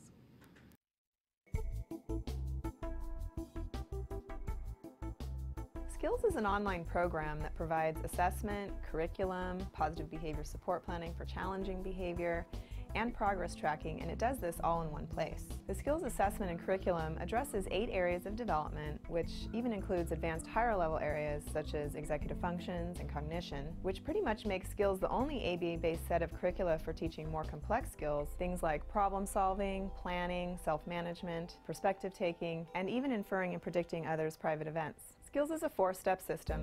Step 1 is to add the child to your account. Step 2 is to start assessment. The skills assessment is the only ABA-based assessment with psychometric research demonstrating the language subscale to have excellent reliability. Every area of human functioning and typical child development from infancy to adolescence was researched, making the skills assessment the most comprehensive of its kind in the world, and we're quite proud of that. Skills is easy to use. Simply click Start Assessment and begin answering questions. Or simply type in a keyword, find specific activities to assess, and add activities to treatment. Step 3. Choose activities. Once you've completed the assessment, Skills selects from a pool of 4,000 activities categorized by age, level, and skill type to provide you with exactly those activities each child needs. Start by choosing a curriculum, then a lesson, and finally an activity. Click the information icon to view prerequisites, ages in which targets develop, examples, and IEP goals. Click the video icon to watch a short video. Once you've identified an activity you want to teach, adding activities to treatment is a snap. Step 4. Start treatment. Here you can access customizable activity lesson details, add your own customized targets and exemplars, and edit an activity status such as introducing or mastering it. You can even print handouts such as worksheets, tracking forms, visual aids, and other materials. Skills also offers multiple progress charts mapping curriculum progress, lesson progress, and cumulative number of activities and targets mastered over time. The Skills language curriculum is categorized by verbal behavior type so that users can identify progress for verbal operants, such as echoics, mans, tacs, and interverbals. Skills is one of the only programs that provides the ability to write behavior intervention plans, or BIPs, for challenging behavior. With just a few clicks, the outline of the behavior intervention plan is written for you and ready to be printed and implemented. You can learn more about Skills today and get started by visiting us at www.skillsforautism.com, or you can call us at 877-975-4559. Skills, Progress starts here.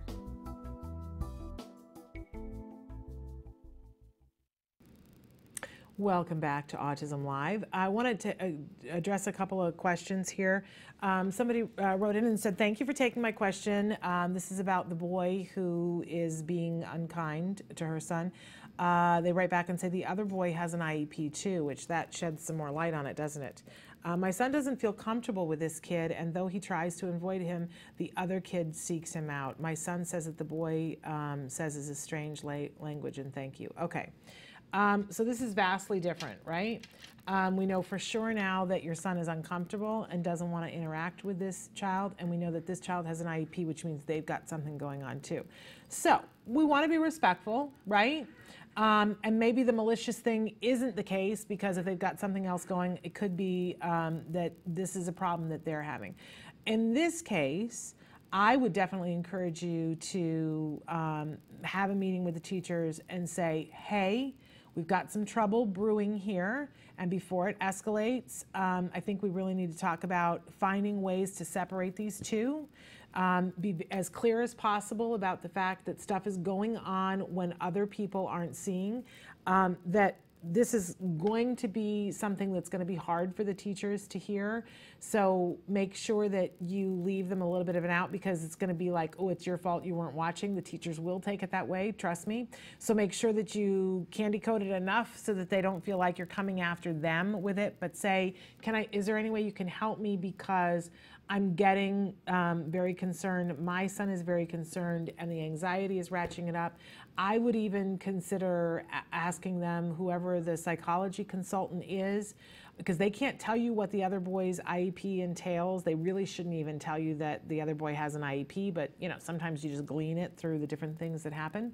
But HIPAA laws prohibit them from talking to you about what that kid's program are. But if you get the school psychologist involved and say, hey, we're seeing ramifications from this with my child, so let's come up with a plan together for how are we going to keep these two separate until this cools down a little bit, and what are we going to be doing about this. I think since the other child has an IEP, that they will be much more attuned to the possibility that what's happening is exactly what your son is saying.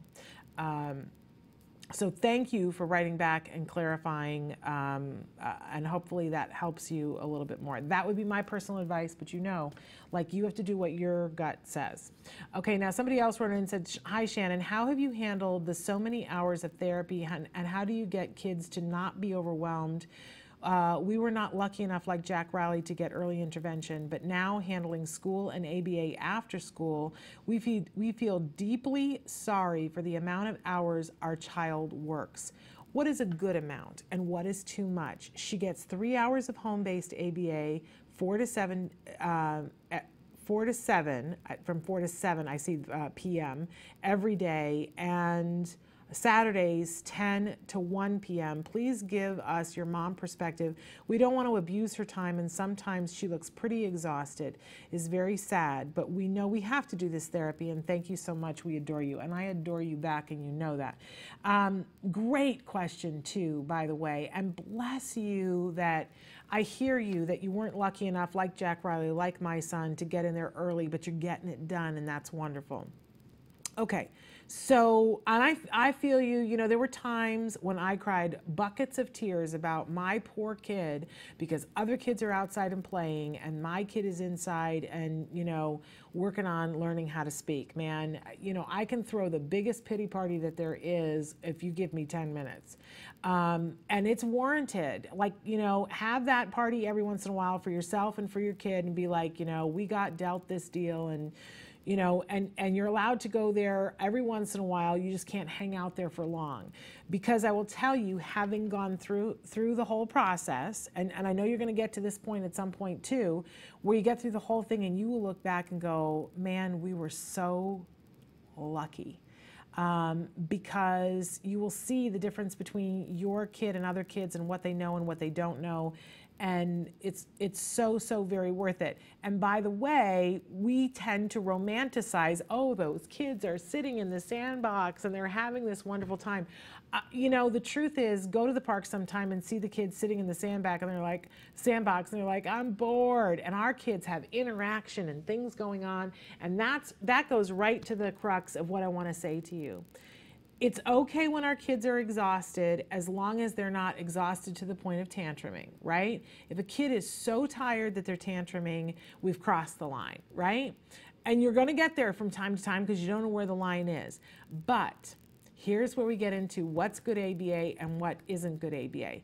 If I would say to you, if when the therapist comes to the door, your kid should be excited that they're there. And if they're not, you got to take a step back and say, why?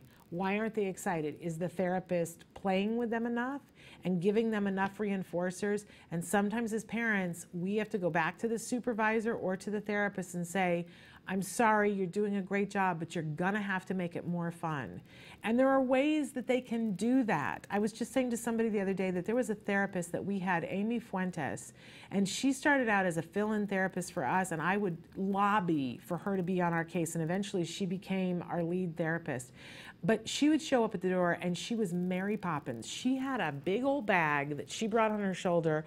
Most therapists don't show up with their own toys, but Amy Fuentes did. She would take the bag off and she would open it up and it was everything but a clown car would pop out. Jem would be so excited when she would come to the door. He's like, what'd you bring? And she would bring out the most fascinating toys. There were magnets that you could put together and make shapes. There were all kinds of things. And it was like, I wanted to be there. You know what I mean? That's what the therapist needs to be working towards to bring. So if the first signal is if the doorbell rings and your child is like, yay, it's Amy, or yay, it's Bill, or yay, it's Juan, then you're doing good. You're working on all pistons. If you're noticing that sometimes when it's somebody at the door, I remember when Jem was 3 and I thought, oh, this is just terrible that he has to be in therapy all this time. And the doorbell would ring and he'd go, Pitu? Is it Pitu? And he would run across the door and be like, Pitu, Pitu, Pitu's here. And he was thrilled, absolutely thrilled that Peter was there. So that's what you got to get to. If let's say that they're doing that with one therapist, but they're not doing it with another therapist, you gotta at some point either have a heart-to-heart with the therapist or with the supervisor and say, we gotta bump up the fun here. And the reinforcer, you know, so much of the session that they do has to be about reinforcement. So if it's like, okay, you know, first we're going to work on colors. And so right now we're working on red. And when you get 10 stars, we're going to, what is it that we're going to do? And interacting with a child, doing a preference assessment, you want to do the Hello Kitty dance when you get 10 right? Okay, as soon as you get 10 right, we're going to do the Hello Kitty dance. And I don't even know what the Hello Kitty dance is, but I'll bet you there is one, or they can make one up. And if that's what reinforces the kid, then that's what we do. It should be a party in your house. And if it's not a party, if it's all, you know, match this, touch this, oh man, then that can't be, right? That cannot be. We need, you know, they need to get out the fun toys. I don't know, you said that your daughter was older, but you know, the sky is the limit on what it could be. Maybe if she, you know, she does the lesson and they say, okay, you know, right now we're going to do this and we're going to do, they're not saying to her a trial of 10, but you know, the next thing that we're going to do is this. And they do the trial of 10. And if she gets it right, that she gets to have her toenails painted, right? Whatever it is that's reinforcing for her. And by the way, if you've got a good therapist, while they're painting the toenails, they're working on the next lesson, right? There's very little downtime, but the fun is incorporated into the downtime. So I don't think that there's too much. We've heard Dr. Jonathan Tarbox say that think of this as getting your child ready for the Olympics. And when you say, well, how much time do we need to practice to be in the Olympics? It's, you know, as much as you can, right? But when the child has fallen asleep in their mashed potatoes, we've gone too far. When they get to the point, and you can hear it in their voice, when they start to get that little whine, it's time to shut down. You gotta like start to watch for the signals to go, we're done for the day. But the fun's gotta be all throughout. It has to be, and it has to be not just fun for the therapist, it's gotta be fun for your daughter. And you know, if it's truly fun for her, then it'll be fun for everyone. But then when you get to the fun, you won't feel sorry for her anymore. When I would watch, I would be like, oh, poor Jem, the other kids are in the sandbox. And he'd be doing a sword fight in our front living room with Peter Farrig and be the happiest little boy, the happiest little boy. And that helped him to be able to talk and to understand what other people are saying. I can't feel sorry for him anymore. He had a tremendous childhood. And he still got to be with kids because we did the play date. For those of you who are like, yeah, but that was with adults, he missed out on this. Trust me, my kid went surfing, you know, with experts. He got to do things that typical kids don't get to do because he had autism, and he had a great time. But we have to focus on that. If the therapy isn't fun, boy, then we're gonna feel sorry for them. So I hope that answered your question. Ramp up the fun, find the thing that's fun. And by the way, when the day is over, I've said before, we used to have a thing where just to shake it off, we would put on some music and we would do the 1 or 2 minute dance. My husband and my son and I would be dancing, I'd be cooking dinner, and we'd be dancing around the living room and being silly. I don't remember to do that anymore because we're not ending the thing that was so hard that I now look back and go, there were hard days, but mostly it was him having a whole lot of fun and learning. We all need to be shaking the day off, doing the little dance. So I hope that helps. I'm just looking to see if there's some other questions that we can answer. We had some questions for Dr. Tarbox that I didn't mention. Dr. Tarbox couldn't be with us today.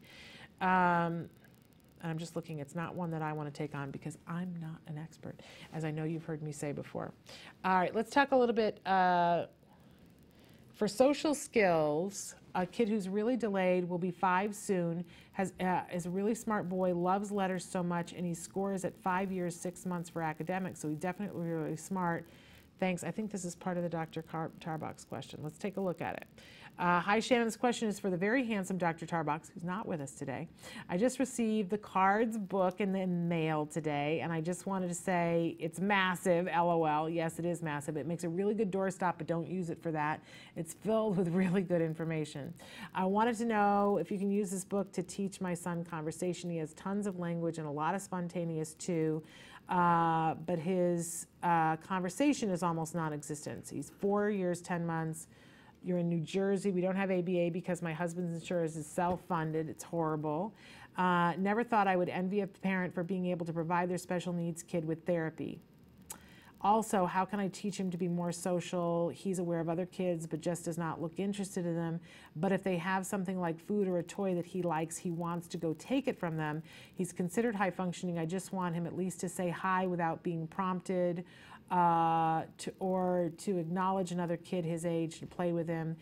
Do you see this often where a kid has a lot of language and high functioning, but social skills be so poor?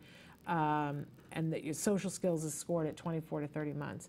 And I wish Dr. Tarbox were here to answer this, but hopefully he'll be with us next week and we'll cycle back to answer this. But I do want you to know that yes, they see that all the time, because in the autism spectrum disorder, if you look at the different categories that it used to be that in order to qualify, there were 3 separate categories for an autism spectrum disorder, and it was that you had to have a delay in language, you had to have repetitive and restrictive behaviors, and that you had to have social deficits. The difference was that you could get an Asperger diagnosis if you didn't have a delay in acquiring language.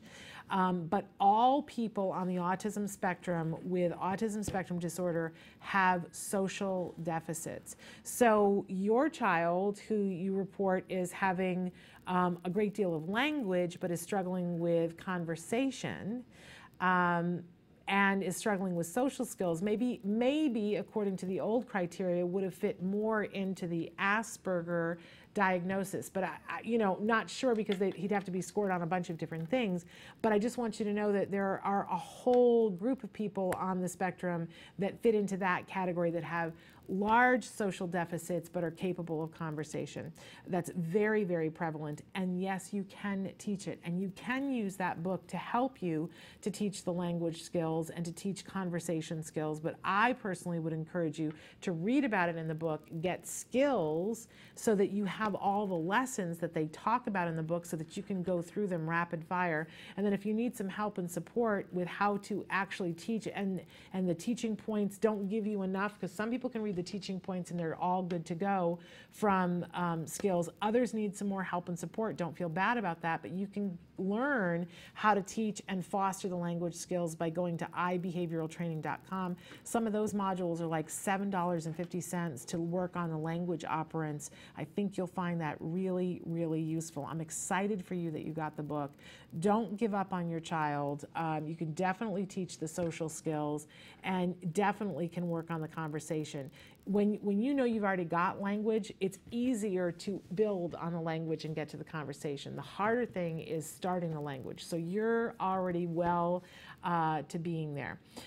Okay, I saw time, Kelby, but I don't know how much time. Show me again how much time I've got. None. 45 seconds. Okay. I want to take just a second to talk with you guys. Say thank you, first of all, to Sara Gershfeld for being with us today, and thank you guys for the wonderful questions that you wrote in. Keep them coming. Next week on the show, we've got some amazing guests that are going to be with us. Of course, we're going to have Dr. Doreen Granpeche with us. On Wednesday, we mentioned briefly yesterday, we're having Danny Bowman with us. She is an amazing young woman on the autism spectrum, and she owns her own film company because she's she draws and she's an animator and an illustrator. You're going to love Danny. We're out of time, but until Tuesday, give your kiddos a hug from me. Bye-bye for now.